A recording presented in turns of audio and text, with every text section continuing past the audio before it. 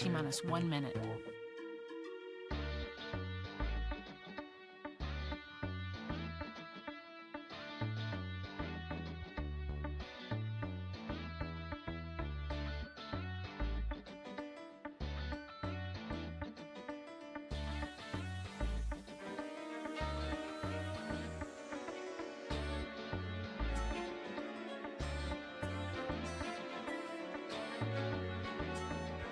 T-minus 30 seconds.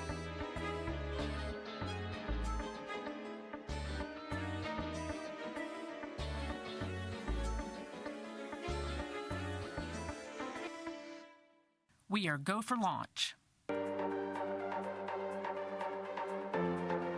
T-minus 10, 9, 8, 7, 6, 5, 4, 3, 2, 1. Next up for NASA Social, we're going inside the hangar at 39A.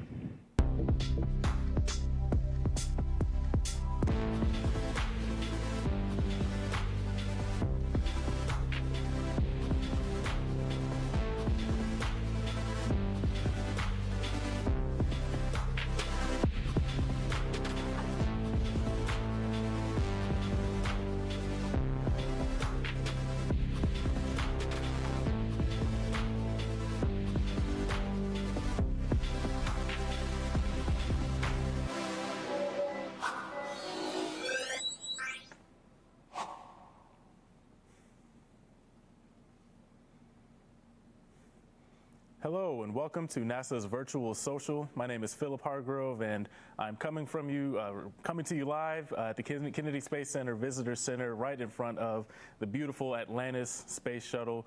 It's been a few days, but this just never gets old, does it? I'm joined by Stephanie. How are you doing today? I'm doing well, Philip. How are you? Doing great, doing great. Awesome. Hey everyone, I'm Stephanie Plusinski with NASA Communications. And did you know that the worm is back? In fact, we're going to take you into the hangar over at Launch Complex 39A to check out the rocket that'll send Americans from U.S. soil to space for the first time since 2011. As always, if you have any questions, feel free to leave it in the comments section below, and we may just answer it live. All right, so as Stephanie said, we really want y'all to, engage in this discussion. We're going to start off with a really interesting video of a tour that we took onto Pad 39A and into the hangars. So basically the place where everything happens before the vehicle and the spacecraft are ready to get up there into space. So one thing is that, hey, this is Kennedy Space Center where, everything happens. We launch from here. It's a very dynamic place. So what that means is that it can be pretty loud sometimes. So the audio is a little rough, so we do have captions on the video, so just be aware of that when you're watching the video. So we hope you enjoy it, and we will be back in just a few minutes to talk about it. We're here at the historic Launch Complex 39A at the Kennedy Space Center to learn more from Kiko with SpaceX about launching humans into space.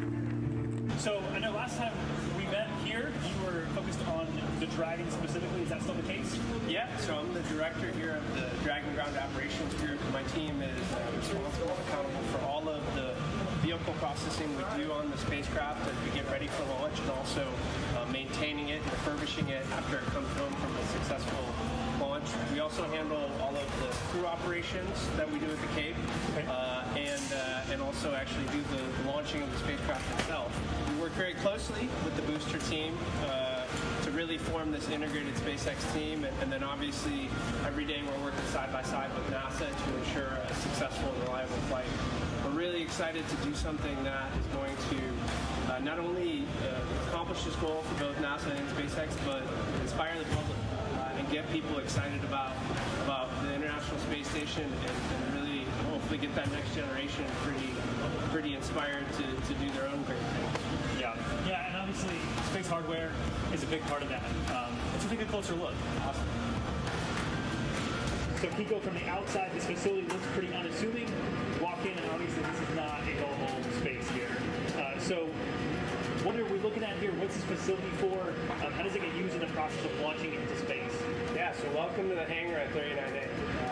It's roughly 54,000 square feet. It's the size of the football field with the end zones on the inside.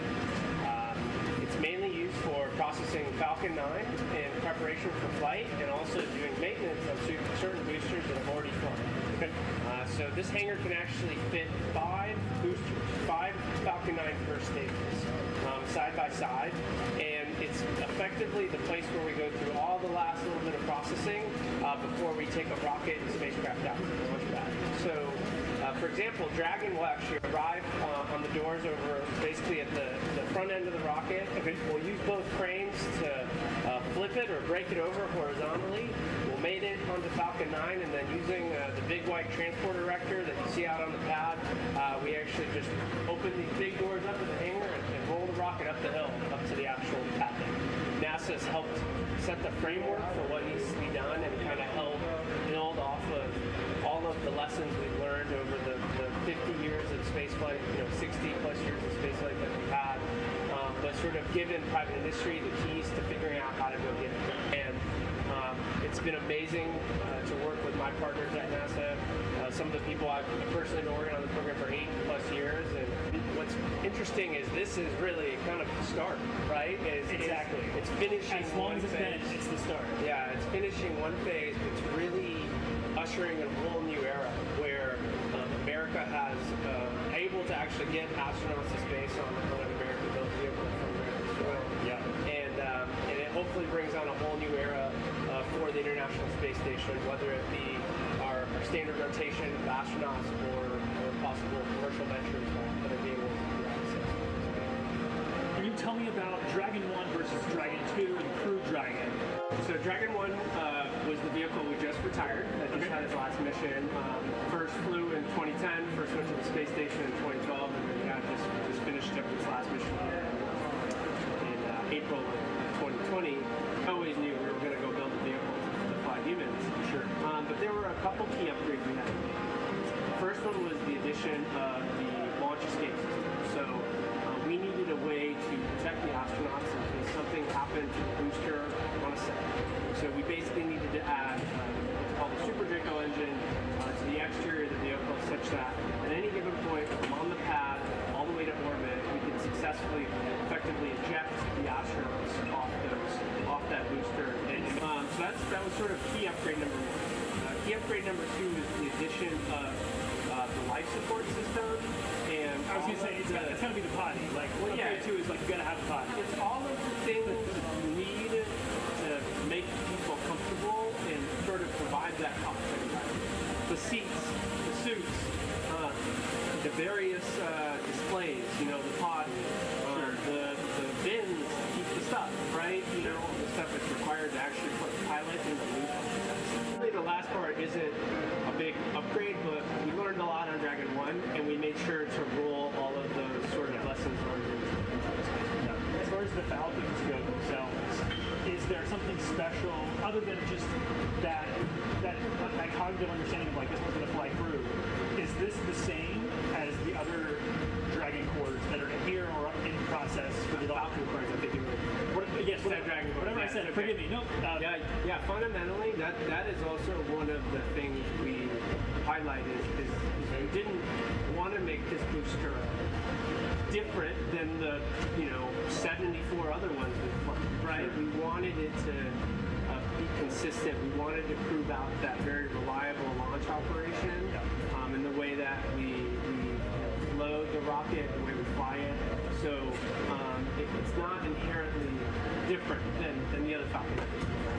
This is a new Falcon 9 in front of us, specifically the first Falcon 9 that we'll ever put a person on top of. So in a lot of ways, that's what makes it special. Yeah.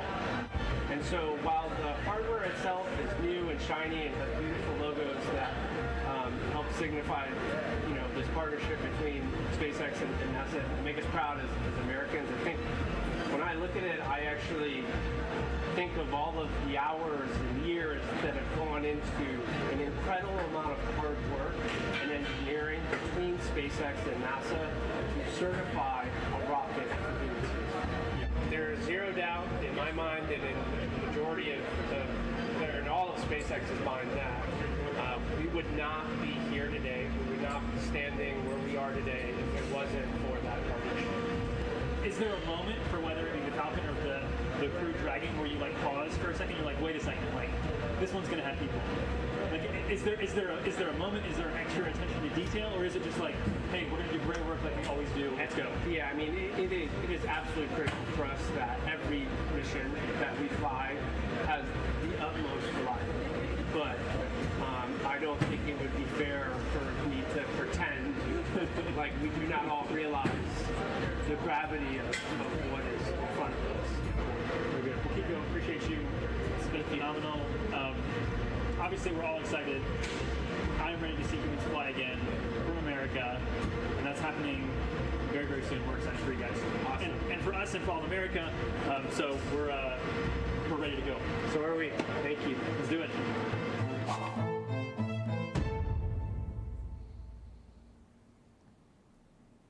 All right, so we are joined here with Mr. Joshua Santora himself. Joshua, you know, the people who are watching the social, they know you as the NASA guy. Sure. But can you tell us a little bit about your role with SpaceX and the Commercial Crew Program and what it's been like for you to be a part of this? Sure, yeah, I want to just be clear up front and say I'm not a SpaceX employee. I'm not going to speak for SpaceX. That's not the role of those that work in NASA communication. But ultimately, we work right alongside them. And that's been a big part of this process of working besides the team at SpaceX. Partnership is the right word. With historical programs like the Space Shuttle, NASA controlled that information. We controlled the process. We controlled the vehicle. It was NASA's and we owned it. And that's not the case with this. And so there's been a learning curve involved. And we'll talk, I'm sure, some more about that today. But just excited to be here and answer questions that people might have. Ultimately, again, I don't have the insight of a SpaceX employee, but have had the chance to work with them on a lot of projects, as we saw earlier today with some of the 360 video stuff. We'll see that again tomorrow morning, this video. And I've been over that way a few times and worked on different projects with them over the years. So excited to be a part of this picture, a part of this mission, a part of what's happening, and ultimately just working with them through this process. For sure. So let's hop right in. Stephanie, do we have any questions from online? Yes, we have a few great questions for you, Joshua. So here's one from Yuri. He wants to know, why was the Falcon 9 and Crew Dragon erected at LC-39A versus stacking it up right at the VAB and transporting it out to the pad? Yeah, so this is fun, and we heard Regina Spellman talk about this when it comes to the fashionability of architecture with rocketry. And this may not be quite the same thing, because she was referring to things like clean pad and then fixed pad structures. But this is similar, where companies decide to do things different ways. And so we have lots of companies, and actually, Philip, you can probably speak to this some too, because the Launch Services Program, they experience this with different partners of how they operate and process. And so I'm sure there are some technical reasons, but I think that there are probably pros and cons to both of those. And so SpaceX, they decided that they wanted to put their vehicles right there near the pad so that they could go out and come back quickly. Obviously, if you watch rollout this past week, if you watch kind of that vertical tip, you know that they can do this in a matter of a few hours. It's a very speedy process. Whereas NASA, with us working in the vehicle assembly building, we have to take at least a full day to make that trip out to the launch pad. And now there's, again, pros and cons to both. With the vehicle assembly building, all of our hardware is very far from the launch pad, where your fueling's happening, and so we're distant from that. With the SpaceX concept, with the hangar being there, like they're closer to their fueling and they're closer to the rocket when it's armed. And so ultimately, again, pros and cons, and that's just the way they decided to do it. That's their architecture. So Philip, I don't know if you want to add any more. Again, just curious to know your perspective on this. Right, that's a really good connection that you drew between the different decisions that the launch vehicles make for human spaceflight. The same thing happens for robotic scientific missions as well. So for the Launch Services Program, we only work with the robotic missions. So, but it's the same thing. There's a lot of overlap between the companies and the programs. So we have to make sure that our spacecraft customers, and NASA's people who build the spacecraft, that they are able to adapt to those different environments. Because when they say, hey, LSP, can you get us a rocket? We need to make sure that the rocket is able to meet the needs of the spacecraft. So if the spacecraft can go horizontal before launch, great. If it needs to be vertical, we need to work that problem. So it's really interesting with such an evolving launch vehicle market. New companies coming up and new vehicles. It's really exciting, and it introduces a lot of new challenges. But it's really exciting, and obviously it drives the market to a better place where we have better options and things are cheaper and much more affordable. So and also just kind of sampling some other of the companies around. We have the launch pad here, Launch Complex 41 is where the Atlas V launches from, and they actually they bring theirs in horizontally and then stack it in a vertical integration facility and then roll it out to their pad. It's not quite as far as a VAB trip to pad. And then we have the Delta IV pad 37. They actually stack it. They do the same thing. They build it. They stack it vertically in the building, and then they roll the building away. So just different options. And then we have newcomers, Northrop Grumman. They're operating out of the vehicle assembly building, and then Blue Origin. I'm not quite sure what Blue Origin is doing yet. I haven't seen much publicly from them, but they're building a lot around here right now. So I'm anxious to see them really begin flights from the Space Coast. Right. I'm glad you brought up the Delta IV Heavy because before the Parker Solar Probe launch a couple of years ago, I sat in a parking lot where I could see the building, and I did a little time lapse of seeing the building just crawl back. So that was a very cool thing to see. Yeah. Pretty unique here on Center. So, yeah. All right, so we have another question from our Facebook community, and they want to know, was this Falcon 9 booster used on any other previous missions, or is this its first mission? Yeah, good question. And this one is a brand new booster. So obviously there we saw, and Kiko kind of alluded to that, this being a shiny new booster. And if I'm not mistaken, I believe that in the contract that SpaceX had with NASA for this is that they had committed they would be using brand new boosters for their flights. And so we've seen SpaceX time and time again use flight-proven boosters is the term that they love to use, and that makes a lot of sense. We've seen that happen a lot, and that may happen at some point, but for this point in time, they're using brand new boosters, and so excited to have a brand new Crew Dragon, a brand new Falcon to take Bob and Doug to the space station tomorrow. So Joshua, I'm going to ask you a question that we've asked a lot of our guests. Obviously, tomorrow is a big day for America as a whole, as well as NASA and SpaceX. So where are you going to be watching the launch from? Yeah, so I will actually be out at the press site. So if you're familiar with the countdown clock, we featured that yesterday on one of our shows. I'll be out there. I'll helping support media activities. There's a lot going on. We do have some media out because they're a huge part of our story as well. They're a part of what we do and how we do it. NASA is charged as part of its mission, as part of its goals, is to disseminate as widely as practicable what we do. That includes everything from science research to launches to space station activities. And so the media are a major part of that, where they actually help carry the story for us. So we are excited to have them. We are glad to have them. We welcome them. Certainly, this current environment, we're limiting the specific numbers just for the sake of health and safety. But that aside, we love to just have as many people as we can, really helping to be a voice telling our story with us. I want to hop on that a little bit. So I'm from Texas originally. I've only lived in Florida for about 3.5 years. So I was never here when the space shuttle flew. So I've been here on an exciting launch day, but never for a human launch day. So can you describe, for me and for anybody else who's never been, in Florida, at the Space Coast for a human launch, what the energy feels like? Yeah. And, what it's like to anticipate? Yeah, and I have it in mind. I have a couple photos from STS-135, the final flight of Atlantis, final shuttle flight of Atlantis. What a beauty. And they're really fun photos because I was in the process of putting on a show similar to this for educational purposes, where we were actually out on the press site lawn. And so I actually have a photo from there. I got to see that one from there. That one was really, that one was on another level. There's exciting launches, and then there's STS-135. And it's tough to kind of explain that to people, and most of the terminology and the way I describe this feels very cliche, and I own that. I own that it sounds cliche, but I still say it, explain it this way because it's the only way I know how. Is that working here in the shuttle program? I was here for the last 2.5 years of the shuttle program, and it's amazing how connected you feel very fast. I was working in our education department at the time. Certainly I wasn't the one turning wrenches. I wasn't the one pushing the button, so to speak, but felt a part of that, and that I felt like a part of that team and a part of that family. And so there was like this, it is an indescribable energy of like we're doing this together. And so to know there's crew on board, like I think whenever you see the crew drive by, that's like the moment when you're like, whoa, because tomorrow afternoon we're gonna see Bob and Doug roll by in a Tesla that's got some beautiful NASA emblems on it, and they're on their way to the pad. Right. And so that's a moment when you're like, man, like they're going to strap in on top of that thing. Right. So it is exciting to see a rocket launch. It is unbelievable to know that there's people that are strapping themselves in and making that trip into space. Right. It's fun. Awesome, thank you, Joshua. We have another question from our Facebook community. They want to know, will the Falcon 9 booster land back once it puts Crew Dragon into orbit? Yeah, so this one, and so the question there becomes for the Falcon 9 in general, their performance capability. And so we know that we've seen them land here at Landing Zone 1, which is at the Cape Canaveral Air Force Station. We've also seen them land on their barge out in the Atlantic Ocean, roughly kind of directly off the coast of Jacksonville a ways. And so a lot of that decision comes down to how much fuel do they need to get their payload where it needs to go. That's always job one, is get the payload to its intended orbit. And so once the first stage is done, that's the decision point. And they make this decision way before that moment in time. But that's where the booster has to have enough fuel to return and fly back, or it has to just continue going towards the barge. And so essentially, if you kind of, and this is obviously very simplified, but essentially it launches more on an arc trajectory because it doesn't fly straight up. It flies to go rendezvous with space station.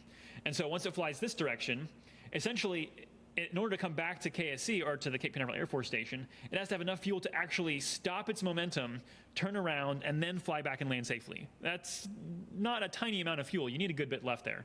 So if they don't have that, then what they do is they simply just kind of go into, and it's not a free fall. It's very precise. They have their hypersonic grid fins and their landing legs, so they're doing a lot of maneuvering here, but they're going to more fall back towards where the barge would be located. So the barge is kind of a catcher's mitt of sorts.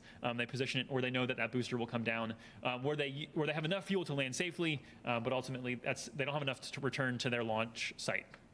Well, Joshua, we can probably update your tagline from NASA Communications to Launch Vehicle Trajectory Analyst, because clearly you get it. Is that what you do, Philip? Am I ready? You're good to put me That's in? exactly what I do. I use my hands and I say, Perfect. Yes, exactly. So that was a great description. Yes, I love it. I'm in.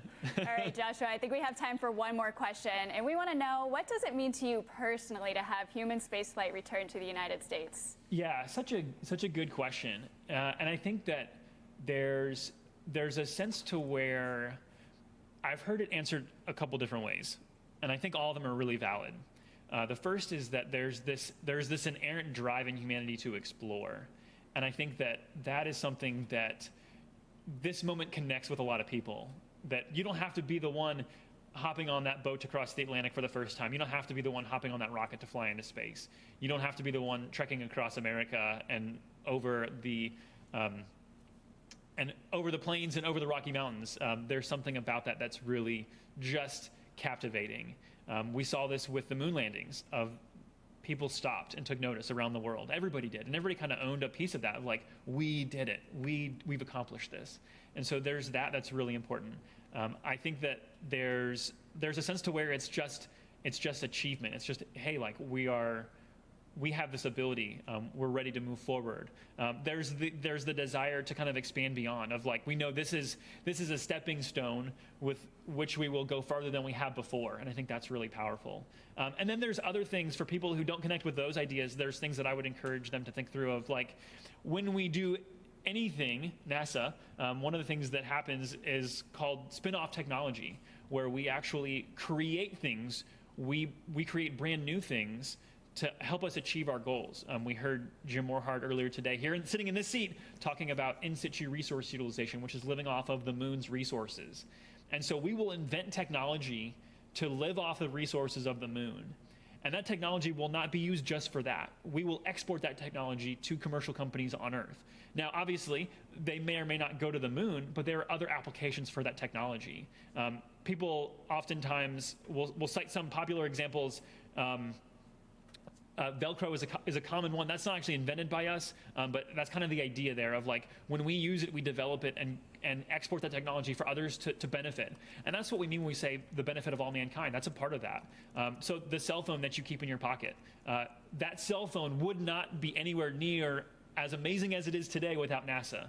We have helped drive forward communication. We've helped drive forward battery technology. We've helped drive forward GPS and satellite systems. And so all of those things kind of come together. That's just one example. There's everything from your sneakers to your tennis rackets to infrared technology. I mean, even in your house, there's dozens of things today. So just encourage you all to think through those. For me personally, I think that I get captivated in being a part of something bigger than myself. Of just, this is something that we can achieve together. And despite the challenges, despite setbacks that happen, despite the things that keep us from getting there today, immediately now, those are the things that make it worth it, right? We get to overcome and triumph. So those are the things that come to mind. But I think that last one is really where I'm at, of just like being a part of something big is a pleasure and a joy. And I hope that all of America will feel that tomorrow as we achieve this for America and for all humankind. That's really great. That's awesome. And I'm glad you mentioned, the technology and the applicability of all these things. I think NASA spinoffs is a way that people can learn about, the ways that the things that NASA is doing, it doesn't stop at where we are going. So, and I think just personally for me, I'm so excited for the launch because, as I said, I've been here for 3 years and I've actually been tallying. I've seen 40 launches, which is unbelievable. Awesome. Like 3 years ago, I had seen 0, and now I've seen 40 launches, and every one has been just a little different. There's, just something unique about each launch, and tomorrow it'll be like, wow, there's people on there. Like I model this rocket all the time, but there's people on that one, so that I'm really excited to see that. So. Joshua, thank you for your comments, all the information, and for being here with us. Hope you had a good time. Yeah, last thing, just want to give a huge shout out to the communications teams for both NASA and SpaceX. They have been laboring for years, working through challenges, learning how to work together, and achieving a ton. And tomorrow is going to be another big accomplishment as we do the launch broadcast side by side, telling this story together. Awesome. Yeah, definitely congratulations to everyone who's been working on this. And yeah, Stephanie, thank you for being a part of this as well. Thanks for having me. And thank you all for joining us. We hope you continue to be a part of these NASA socials. Next up at 4 o'clock Eastern, we will be having a couple more pop-in speakers. So please join us for that. And until then, we will move on forward towards launching America.